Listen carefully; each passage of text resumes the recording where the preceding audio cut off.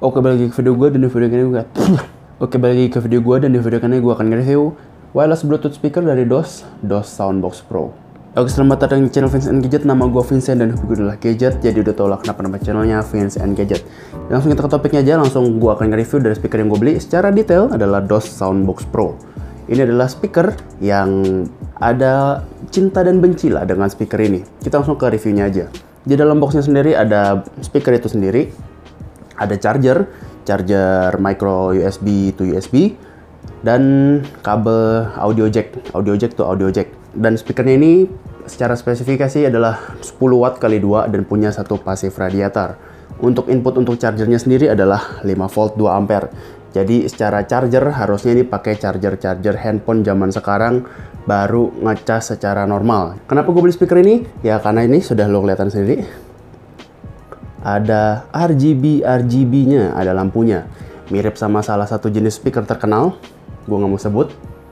Jadi kalau gue sendiri merasa ini speakernya sedikit mirip dengan Sony XB series yang ada RGB-nya. Dan speaker ini punya beberapa warna. Warnanya diantaranya adalah ini, abu-abu. Ada warna hitam, ada warna hijau, ada warna biru. Untuk build-nya sendiri ini bahannya plastik, tapi ini bahannya di finishingnya kayak agak semi karet gitu. Di sampingnya ada finishing kayak kulit jeruk dan depannya full grill. Di sampingnya dikasih plastik bening ini untuk RGB-nya. Untuk tombol-tombol sendiri di bagian atas ada satu bulatan.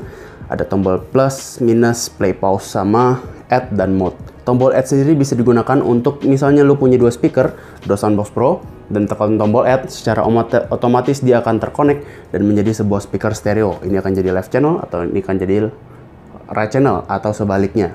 Dan ada tombol mode yang kalau dipencet ditahan lama dia akan mengatur warna lampu.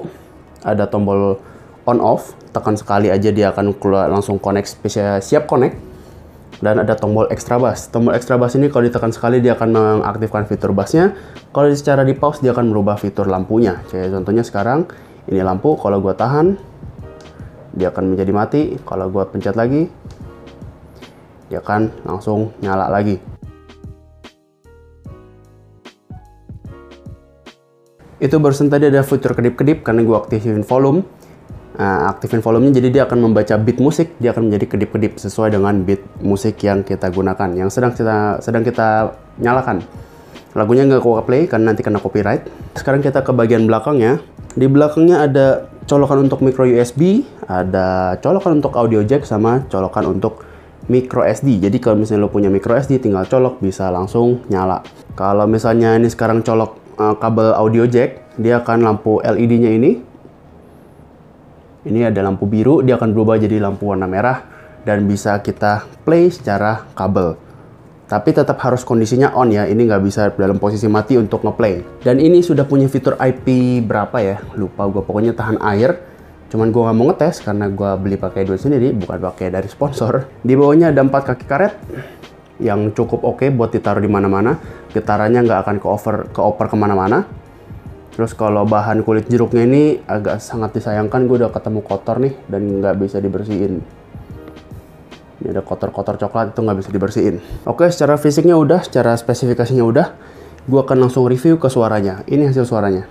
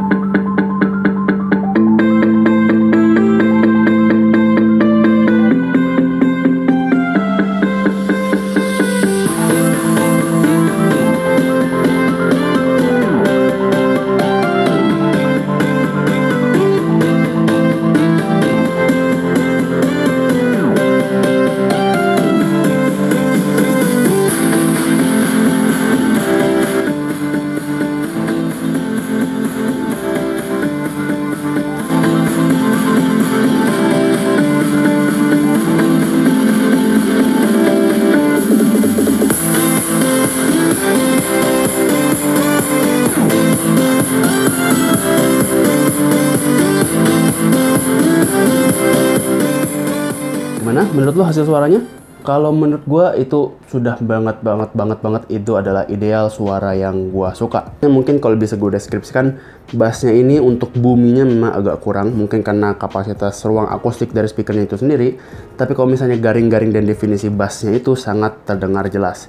Kalau misalnya gue aktifin extra bassnya, boominya masih tetap nggak dapat karena memang akustiknya lagi kembali lagi. Tapi suara vokal cewek dan suara vokal cowok dan suara bass yang nggak terlalu sub bass itu sangat naik. Tapi enaknya itu nggak terlalu menutup instrumen-instrumen lain. Kalau sebelumnya gue pernah bikin review tentang Lange S805 yang mungkin di sini lo bisa tonton. Tapi beberapa bulan setelah gue pakai, ya gue akhirnya menemukan memang suara dari vokal cewek itu sangat mendem karena memang nilai jual dari speaker itu adalah feel the bass. Pokoknya kalau saya ikannya feel the bass. Kalau ini ada tombol extra bassnya. Jadi kalau misalnya extra bassnya lagi dimatiin, bassnya ya normal-normal aja, nggak terlalu ngebass banget. Jadi ini fiturnya bisa di mati nyalain untuk extra bassnya. Kalau gue lagi pengen ya nyalain, kalau nggak pengen ya matiin. Malah kecenderungan dengan aktifin extra bass suaranya menjadi lebih full dan tidak merusak suara highs dan lain-lainnya. Untuk bagian vokal yang sebelumnya yang Lange S805 gue sudah sempat jelaskan, untuk suara cewek dan suara cowok sudah pasti berbody karena dia masuk di bagian bass, tapi suara ceweknya mungkin agak mandak sedikit. Kalau di sini suara cewek dan cowok suaranya tetap jernih. Jadi suara ngecering-ngeceringnya, suara nyaringnya cewek itu masih terlihat atau terdengar enak di speaker ini. Untuk highs ya nggak perlu dicari tahu kali ya, karena memang rata-rata speaker Bluetooth tuh highsnya nggak terlalu diperhatikan. Cuman yang pasti ini highsnya nggak, sibilance-nya nggak nusuk kuping. Soundstage ini cukup luas dan biasanya gue suka setel musik ini di pojok kamar dan gue setelnya agak kenceng. Jadi suaranya lebih ngefull padat satu kamar daripada gue langsung pasang di depan muka. Itu untuk secara review dari suaranya. Tapi tadi gue di awal video sempat bilang adalah kisah cinta dan benci dengan speaker ini karena ini kita mulai. Yang pertama, waktu gue aktifin fitur wirelessnya pertama kali beli, ini memang suaranya bagus, tapi suaranya ini tombol on plus minusnya terlalu jomplang. Jadi kalau misalnya dia suaranya gue tekan plus, tiba-tiba jadi kekencangan banget. Untuk gue yang kondisi di perkantoran, itu agak over kekencangan. Waktu gue tekan minus 1 kali doang, dia langsung suaranya jadi sangat kekecilan. Jadi ujungnya nggak ketemu titik tengahnya. Gue tekan minus waktu itu kekecilan, tekan plus 1 aja udah kekencangan. Dan begitu kalau tekan plus lagi, kencengnya sudah menjadi lebih linear. Jadi kalau misalnya digambarin, ini volume dari sini tiba-tiba ke sini, tapi habis itu normal. Tapi titik lompatan ininya lah yang bisa rata-rata suara yang pengen kita dengarkan. Jadi agak gimana ya. Kalau buat di rumah sih ujungnya gue tetap play ya. Suaranya ini sangat kenceng dan jernih. Karena ya di rumah kan suaranya nggak harus kenceng-kenceng. Kalau kenceng-kenceng juga paling yang marah orang tua atau mungkin saudara ya. Udah gitu kalau misalnya volumenya lagi pelan banget, ini kayaknya drivernya kurang jago buat ngatur suaranya untuk tetap balance.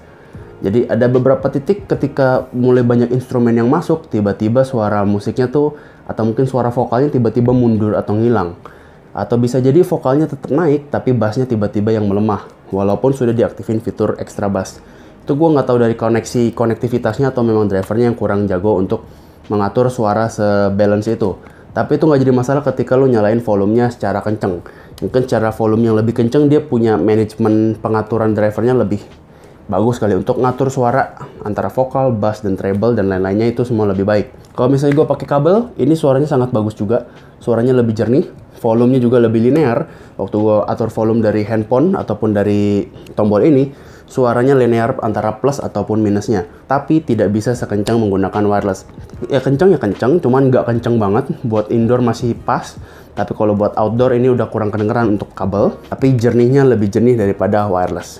Head story selanjutnya adalah tombol plus minusnya ini tidak bisa dikoneksikan dengan laptop. Atau mungkin laptop lu udah ngatur volume mau mentok 100 sampai 0, suaranya nggak akan berubah.